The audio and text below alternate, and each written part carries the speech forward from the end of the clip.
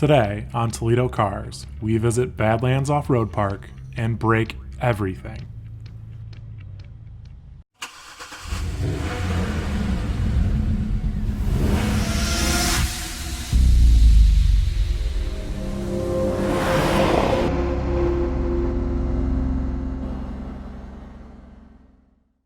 Despite being the home of the Jeep, the options for off-roading in Toledo, Ohio, well, legally, are limited. There's a few within a short drive.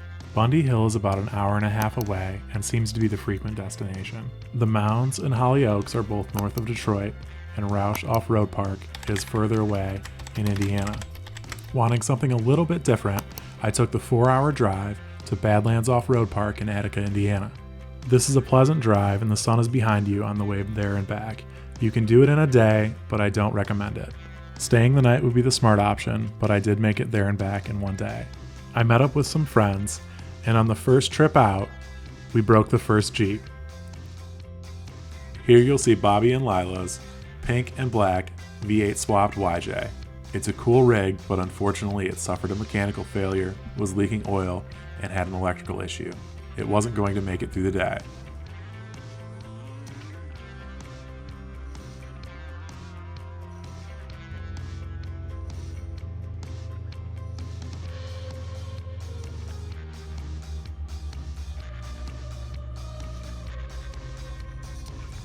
We took a break hoping the issue could be fixed on the trail, but it couldn't.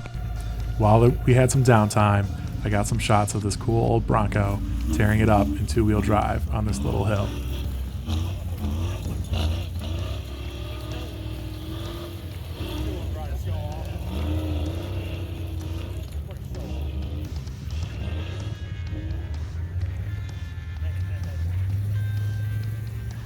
Faced with something more than a simple trail fix, the Jeep was towed back to the trailers.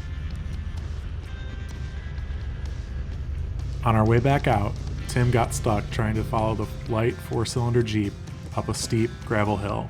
The terrain is deceptive because something heavy like a Jeep just sinks in. He was buried. We tried to pull him out forward, but he ended up having to back down. With Tim finally out of the hole he had dug himself, we proceeded on to the creek bed, down the hill, and out of the gravel. I want to give my viewers a sense of the whole park, and the terrain down here is really great. But if you want to skip ahead to the action and broken parts, skip ahead to 640.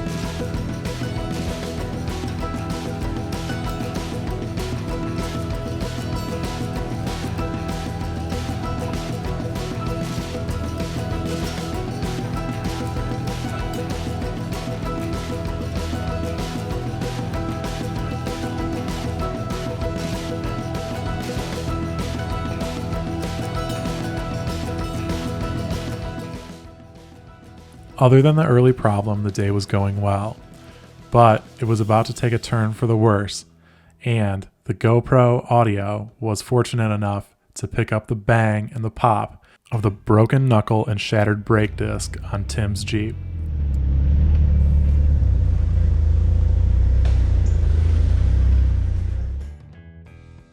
The more detailed pictures show a broken knuckle, U-joint, and a shattered brake disc. It wasn't going to move under its own power, so we tried to lift it up and put a log underneath it to at least get it back to the trailers. But this wasn't our first option. First, we called the park and asked for some heavy equipment that could lift the front end and tow the Jeep out. Instead, they sent a guy with a side-by-side and a tow strap who couldn't really do much of anything. He said someone would be along in a little while, but that was about 2.5 hours ago, and we were thinking this was our last resort and we needed to get the Jeep out of the park. Things got markedly worse when, due to the haphazard steering from the log, the Jeep struck a tree as it was towed, bending the tie rod, losing all functional steering control. We removed the left front wheel as it was dragging, causing the Jeep to pivot to the left, but this wasn't enough and it sent us right into the next tree. After making another call to the park, 3 hours after the first one, and again requesting heavy equipment, they finally sent out a guy in a Jeep.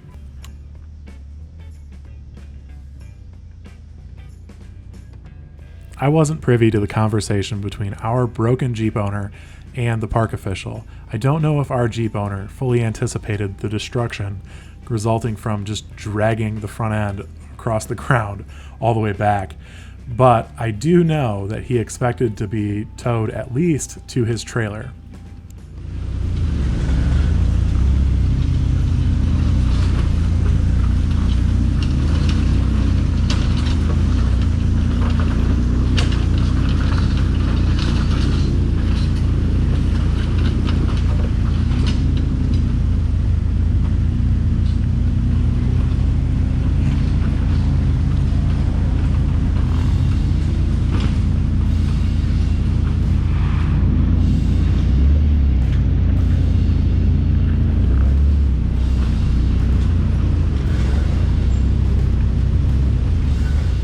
Thinking we would meet our friend back at the trailers, and having not gotten much off-roading in, we headed off to drive through the tunnels.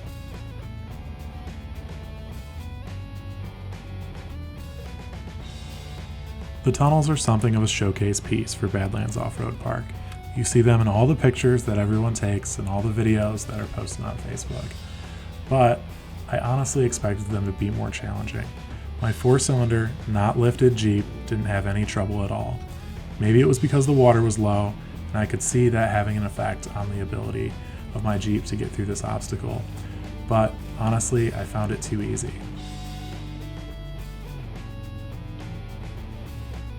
Going back through the footage, I noticed some funny graffiti. I honestly didn't notice this while driving through, but it's kind of funny, and park officials might want to take some care to clean that up.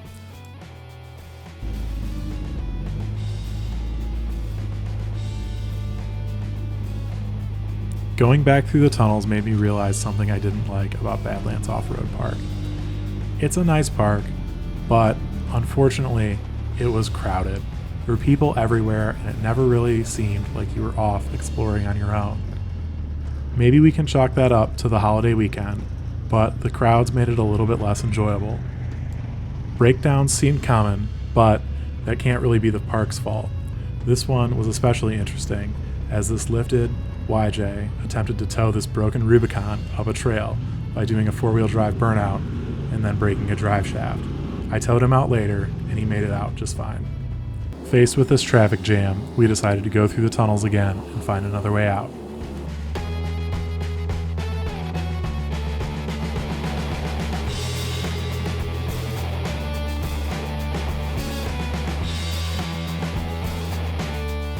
While going up this hill, I heard a honk and looked over my left shoulder, and it was our friend with the broken Jeep. He had been dropped off because the person towing him had been in a hurry and needed to get back. He was left there to drive his truck and trailer down this road and load up on this congested intersection that would block much traffic throughout the park. Leave you? Yeah. What? I gotta go to my other job. Get you in the rental office. You can pull your truck back here.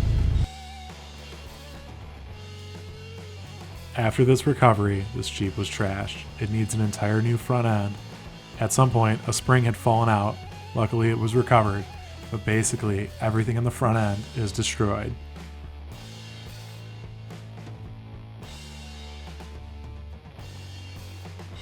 This whole recovery fiasco had started around noon. It was now about 6:30. We had lost most of the day, and we were trying to scramble to recover what was left of this long trip and try to get some off-roading in. Unfortunately, I was in a hurry and being kind of dumb, and I smashed the transmission pan on a rock. This sheared the bolts holding the transmission skid plate up on the passenger side. It had to be limped home using a ratchet strap to hold everything together. My Jeep was the third of our group to go down. I was happy that I was able to limp it home, but I'm a little frustrated that I'll have to spend time fixing that in the future. I'll leave you with some footage of the park that we filmed at the end of the day after the recovery was done. This was my favorite part of the park. I loved crawling up the riverbed. It was really, really fun. The next big obstacle coming up was actually really cool. It looked intimidating from the start, but it was actually pretty easy. And I stopped, got out, and got some shots of the next group following behind us.